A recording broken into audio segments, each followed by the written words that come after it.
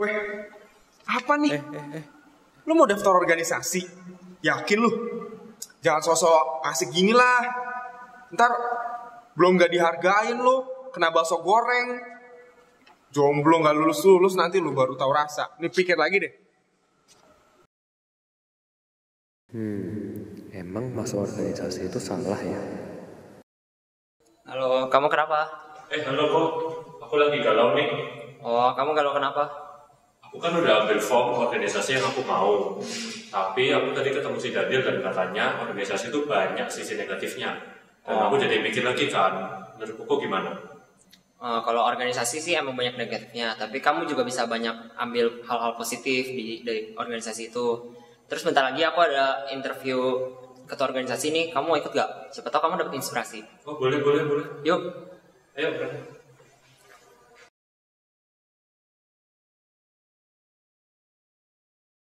Pas semester 1 aku sama dosen ya, namanya Pak Budi Hartono Kusuno. Beliau berkata sebuah kalimat yang sampai hari ini aku pegang terus. Beliau mengatakan, jika kamu sedang dalam kelas, belajarlah. Kalau kamu keluar kelas, kamu gak bakal belajar. Itu katanya dia perhatiin selama beberapa tahun terakhir lupa itu terjadi. Dan aku juga dari awal sudah mengetahui dan aku selalu belajar di kelas. Jadi kalau misalnya bagi tugasnya gimana? Ya kalau di dalam ruangan, belajar. Gak urusin organisasi. Begitu keluar, baru kita urusin. Ada dua kunci sebenarnya untuk membagi waktu. Pertama, berkata tidak, artinya hal-hal yang tidak perlu dikerjakan pada saat itu yang nggak masuk dalam skala prioritas, kita harus berani buat menolak itu.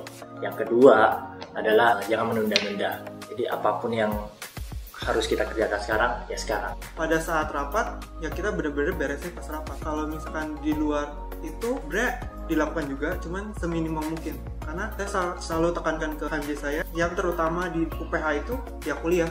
Karena kita dibiayai sama orang tua kita untuk kuliah. Yang didapetin di HMJ, organisasi panitia segala macam, itu bonus yang kita dapetin. Kalian mau ambil boleh, enggak juga nggak apa-apa. Jadi yang pasti kayak mau nggak mau harus berkorban sih. Jadi kayak misalnya pagi sama siang itu maksimalin di kelas. Terus kalau kayak sore gitu kan biasanya pakai buat rapat. Jadi mau nggak mau baru bisa ngerjain itu malam. Kadang-kadang kayak gitu misalnya. Jadi paling yang bisa dikasih saran lebih kayak maksimalin waktu di kelasnya gitu. Jadi supaya nggak 2 kali belajarnya gitu.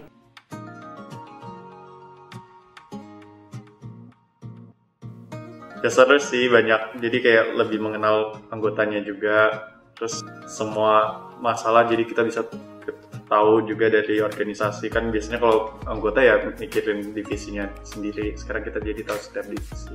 Waktu aku masuk ke dalam divisi ruangan Teachers College itu, tiba-tiba muka aku udah dipampang di mana-mana karena aku baru kepilih kan jadi ketua HMJ. Jadi tanpa aku sadari ternyata di setiap meja udah ada foto aku, di tembok udah ada foto aku yang nggak tahu siapa itu yang tempel, tiba-tiba udah ada di situ. Pengalaman ketika di situ saya milih siapa-siapa saja anggota saya, dan karena di sini kita mengetahui bahwa dalam organisasi tentunya kita nggak bisa mengharapkan orang-orang yang kita inginkan, dan di situ kita harus belajar bagaimana kita membentuk sebuah keluarga baru. Itu di ulang tahun aku yang kemarin, mereka ngikat aku dari lantai 9 gedung F, bawa turun aku pakai ditantang-tantang gitu semua. Terus mereka hiburin aku di kolam renangnya swimming pool. Itu keterlaluan sampai semua orang yang di lift dan sebagainya tuh ngeliatin kayak ini kenapa, dan ya gitu, mereka kalau udah ngerjain, mereka kalau udah nge-surprisein, mereka benar-benar sampai totalnya gitu. Nah, waktu jadi ketua, gue belajar banyak sih gimana caranya mengorganisir sesuatu, handle banyak masalah gitu. Apalagi kan jurusan rata-rata ya nyampe ke kuping gue lah kan, buat diurus apa gitu, masalahnya apa. Mungkin pas lagi buat acara itu lagi hektik semua, ternyata tuh sebenarnya masalahnya tuh cuma sepele gitu kan, tapi itu semua benar-benar kayak kok kayak gini sih, tapi dengan kita rundingin bareng-bareng, oh ternyata penyelesaian itu lebih gampang ya kalau dirundingin bareng-bareng gitu semua. Dari jurusan saya sendiri mungkin ini baru pertama kali kita gabung dengan 21 universitas di jurusan arsitektur gitu. Ini baru pertama kalinya dan menurut saya ini cukup menarik karena pertama kalinya kita juga mengenal semua anak-anak jurusan arsitektur se-Jakarta.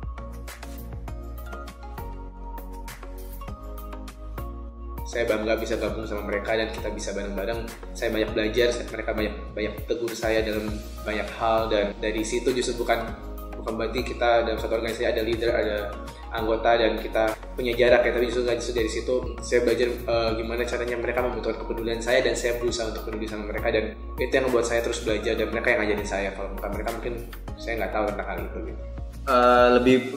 Lebih berkeluarga, jadi kayak munculin rasa kekeluargaan di teknik industri itu sendiri gitu. Calon-calon ketua semangat, yang pasti tantangan di depan lebih banyak lagi, lebih bisa merefleksikan apa yang sudah kita kerjakan dan apa yang harus kita tingkatkan di periode selanjutnya. Perjalanan ini memang sudah berakhir, tapi bukan berarti disinilah kita saling mengucapkan goodbye atau selamat tinggal. Disinilah kita saling mengatakan sampai jumpa, dan semoga kita bisa bertemu menjadi leader-leader yang lain juga. Aku berharap bahwa kita bisa saling memaafkan karena kalianlah orang-orang terpilih di periode 2015-2016. Di HMFK itu hebat banget untuk dalam segi cari uang atau segala macam gitu, dan HMFK itu terorganisir, jadi kita itu rapi, dan itu aku rasa cukup membanggakan sih untuk kita.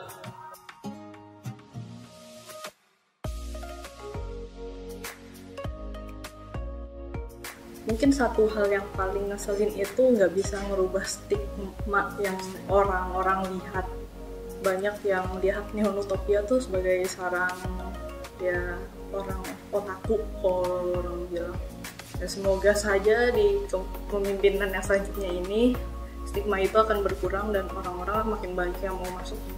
Pas awal-awal aku menjabat tuh aku dari dulu emang pengennya tuh kayak lumayan perfeksionis lah, jadi pengennya tugas tetap bagus dan urusan HMJ juga tetap ke-handle gitu, jadi aku berusaha buat handle semuanya, kayak dua-duanya pasti bisa, tapi ternyata nggak bisa. Maksudnya bukannya nggak bisa, tapi kayak kita harus tahu batas di mana gitu, jadi emang kita nggak bisa mencapai kesempurnaan. Kalau ketemu sama HMJ itu anggotanya, aku mungkin cuma main sama beberapa orang doang, karena mungkin sekelas atau dulu pas LTK susah-susah barengnya bertiga atau berempat sama orang itu terus. Kesalahan ya, mungkin lebih ke arah jangan cepet puas akan segalanya. Misalnya aja lebih gampangnya jangan cepet puas ketika berkontribusi, ketika melakukan sebuah tindakan, ketika melakukan hal-hal yang istilahnya menyangkut orang lain lah gitu. Lebih tepatnya sih hal yang harus diperbaiki kali ya. Hal yang harus diperbaiki itu kadang menyepelekan hal-hal kecil sih. Kayak misalnya cuma masalah teknis nih, nanti aja deh ngurusnya gitu. Malah menurut aku hal-hal kecil itu yang bikin nantinya krusial di ke depan. Mungkin pesan buat orang-orang yang tidak mau mendengarkan kritikan maupun saran. Dan itu menurut aku untuk pertumbuhan individu tersebut menjadi seorang organisator yang luar biasa gitu tuh akan menghambat banget karakter yang nggak mau mendengarkan kritikan, saran, masukan, dan kawan-kawan itu. Jadi istilahnya kurangilah karakter-karakter kayak keras kepala, nggak mau mendengarkan, tidak mau open mind. Itu tuh jangan banget kalau jadi organisator.